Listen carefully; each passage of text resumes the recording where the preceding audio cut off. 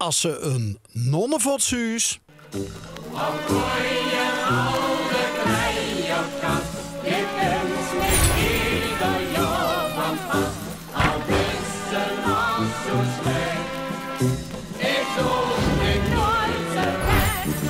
Dat is volgens die de oudste foto die je beeldt.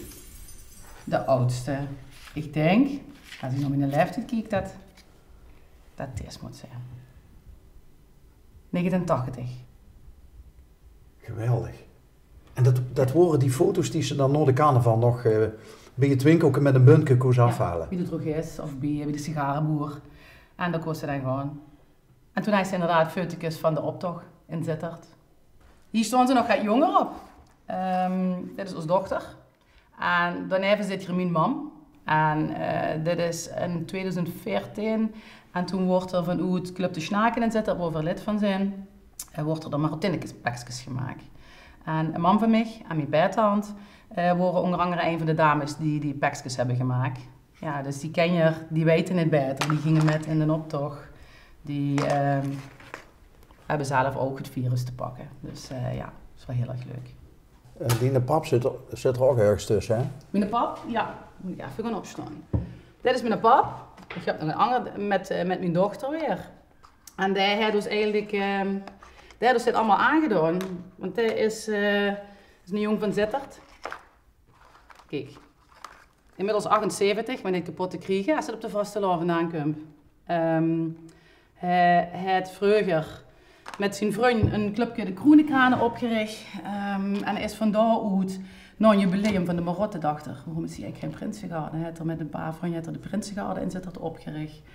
En van daaruit is eigenlijk de traditie bij ons dat we de vaste loven in Sittard vieren. Smerige schminken, daarna bij oma frietjes eten, daarna de optocht lopen. En ja, eigenlijk niet angst voor gewend als kind zijnde. En ja, mam zei nu nog immer tegen pap, als een Sittard op de maan een trom sleet en mensen toe overgek dat ze er weer moest zijn. En dat is zo, en ja, veel zijn eigenlijk hetzelfde erin. En ons ken je ondertussen ook. En dat heeft ook niks mee te maken dat we geen vastelovend in ons dorp willen vieren. Maar dit is gewoon wat we gewend zijn en waar echt de prie van rammelt, zeg maar.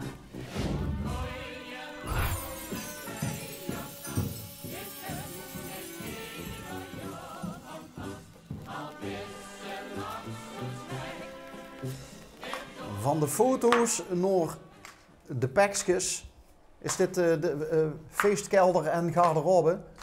Ja, feestkelder, garderobe, van alle merken toe de sporthal, we hebben alles. Dus, maar de pakjes zijn hier op dit moment het belangrijkste. Ja. Ja. En als we de foto in de krant goed hebben bekeken, de bodywarmer, die herken ik.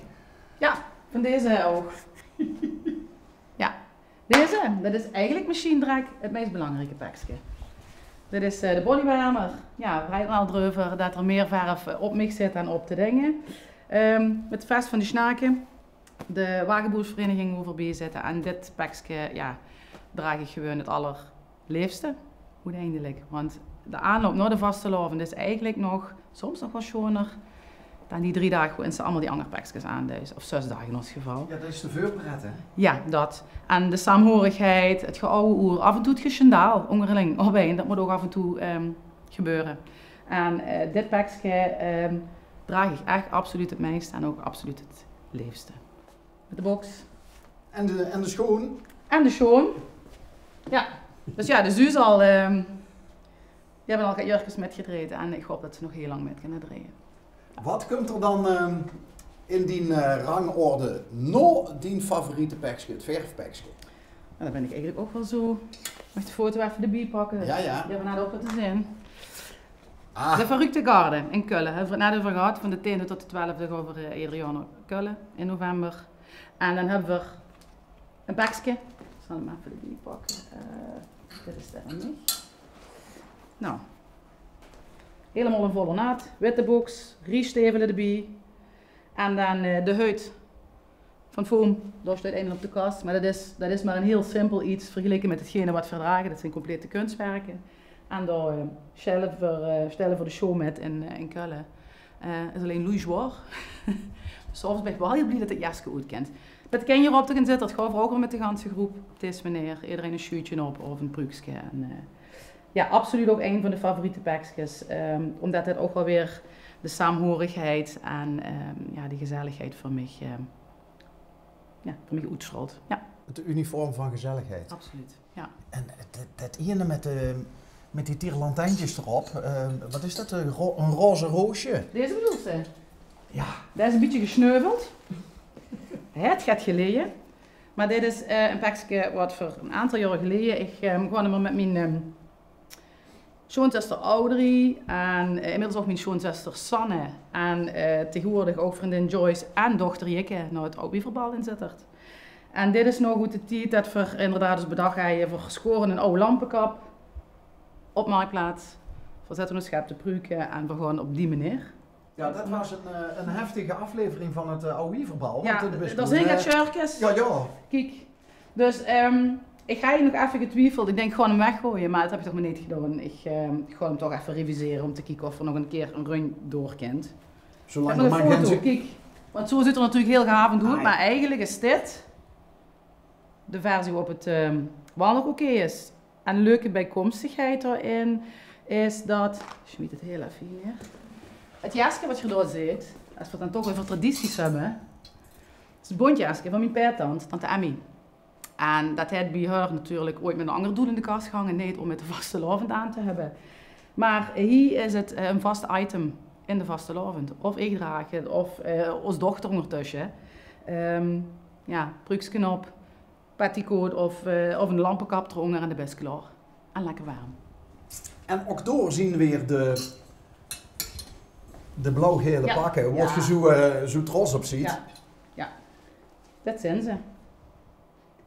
Ja, net was ik zei, ongelooflijk veel oog voor detail. Ja, met knuipjes en stikseltjes en ja goed. Nogmaals, mij moest het niet vragen, want ik heb er echt helemaal niks met. En ik ken het ook echt niet. Maar dit ziet er, ja, is tijdloos. Leuke petticoat eronder, pruik erop, houden op, klaar.